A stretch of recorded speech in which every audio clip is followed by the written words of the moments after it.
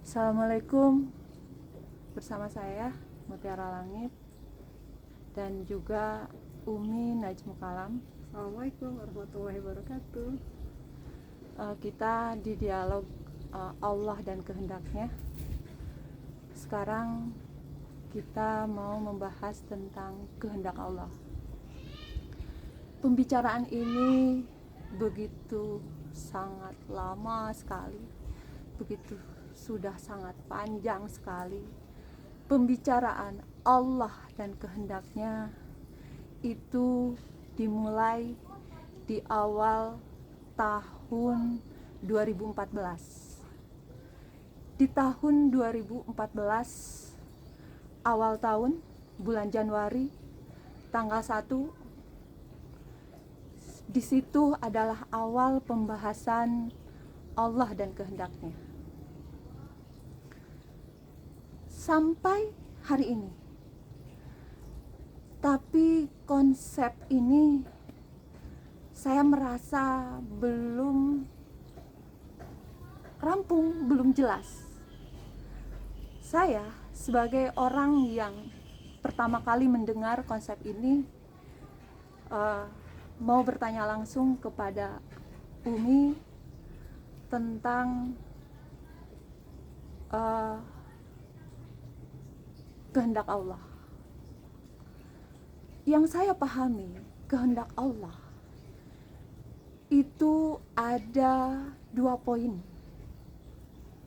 Ketika kehendak Allah artinya sesuatu selain Allah. Ulangi ya, yang harus digarisbawahi poin yang pertama, kehendak Allah adalah sesuatu selain Allah, di mana artinya bahwa kehendak Allah itu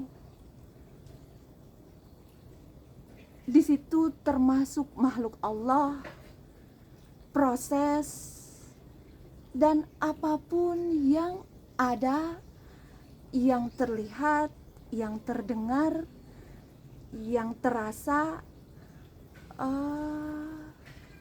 yang terjadi di seluruh alam, baik terlihat maupun tidak terlihat, itu adalah kehendak Allah.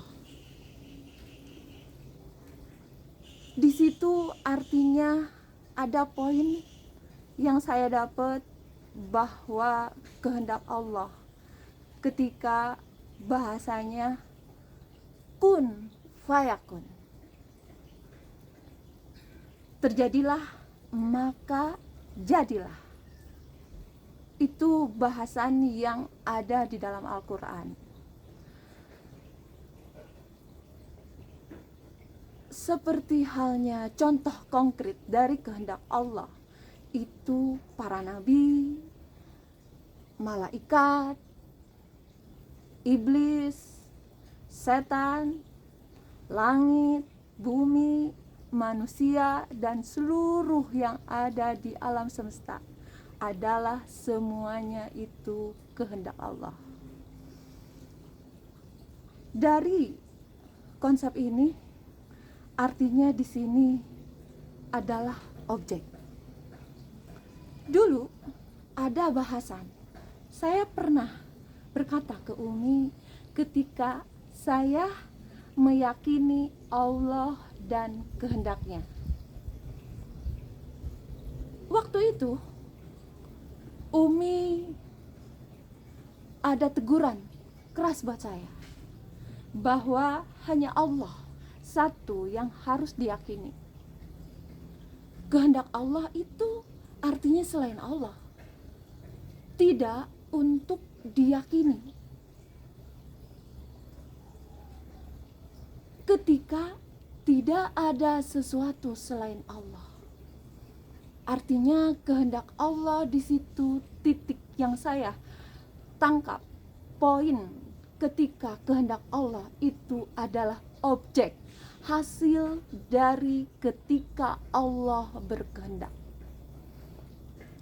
Hanya yang kedua, yang belum lama saya dengar,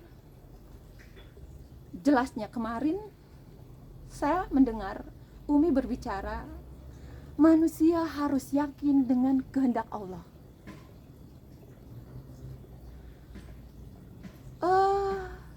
Ketika saya merenung menelaah kata-kata Umi, poin yang kedua adalah poin inti. Di situ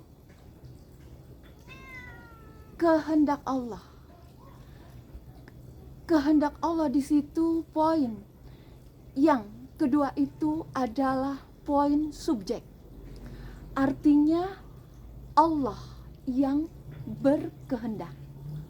Itu poin yang kedua yang saya dapatkan kemarin.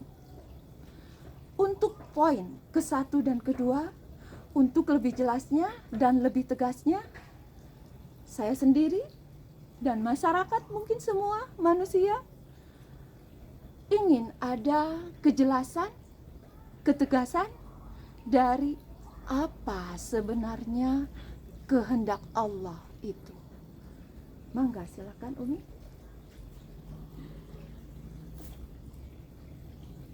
La haula wa quwwata illa billah. Kehendak Allah itu rahasia Allah. Kehendak Allah itu mutlak bagi Allah. Kehendak Allah tidak bisa dirubah. Kehendak Allah tidak bisa dihindari. Kehendak Allah pasti terjadinya. Ketika pasti, itu hanya Allah yang bisa berkehendak, tidak selainnya, tidak apapun selain Allah. Seperti itu. Wallahu a'lam. Ada yang ingin terus ditanyakan tentang kehendak Allah? Tadi pernyataan Umi yang singkat padat, artinya di situ kehendak Allah ketika poinnya itu adalah Allah. Allah yang berkehendak. Begitu bukan? Seperti itu. Ketika kehendak Allah adalah selain Allah, itu artinya objek, hasil dari kehendak Allah. Begitu bukan?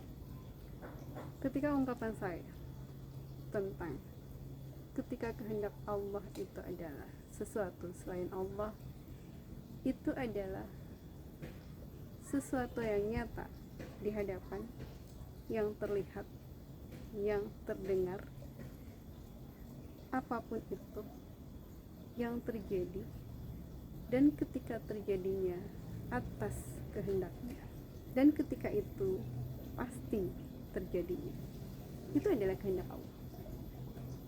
Yang ketika saya menggarisbawahi itu adalah sesuatu selain Allah.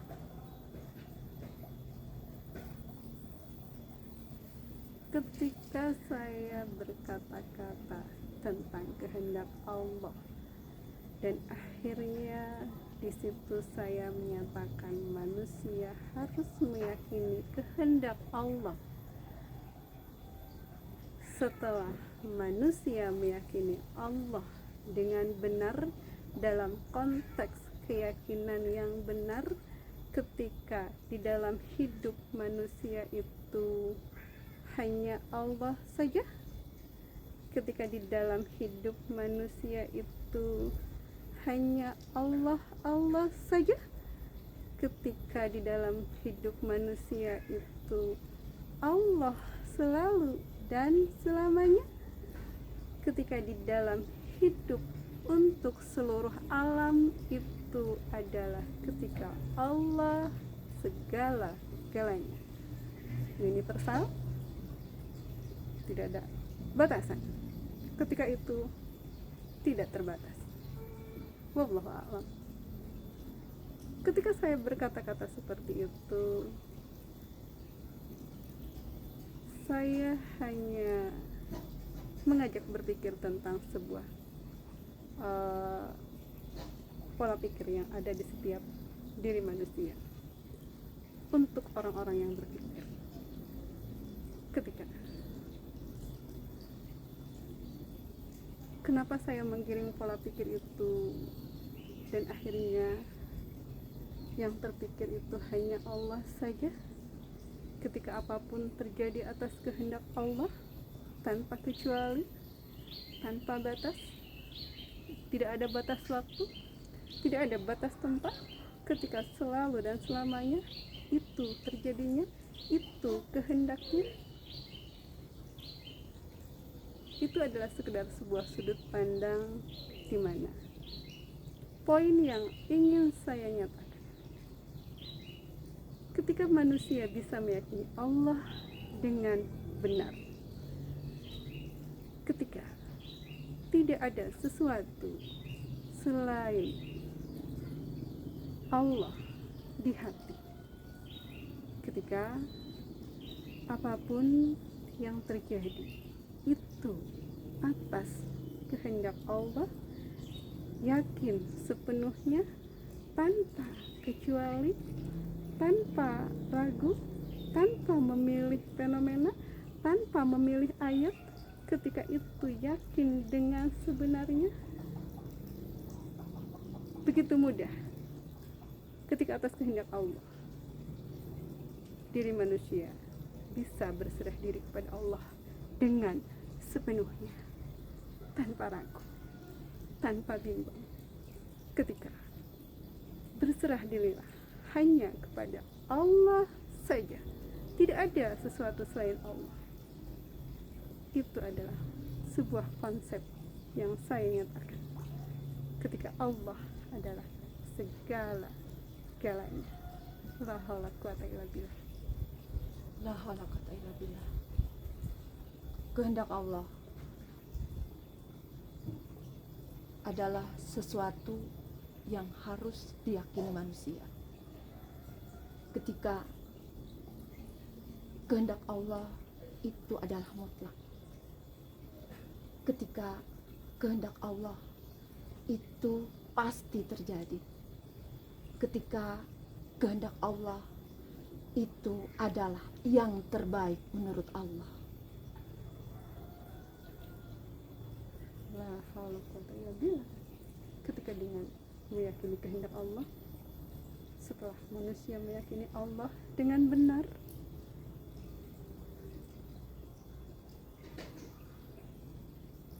yakinlah ketika diri bisa berserah dengan sepenuhnya kepada Allah tanpa ada batas yang membatasi dalam diri.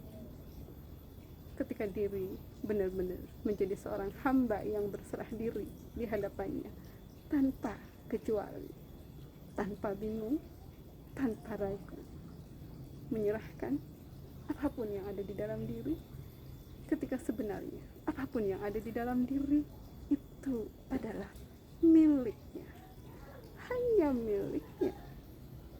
La haula quwata illa billah. La haula quwata illa billah. Yang saya pahami, yang begitu berasa oleh saya, ketika Allah adalah segala-galanya, manusia benar-benar harus keluar dari zona apapun, manusia harus keluar dari zona siapapun.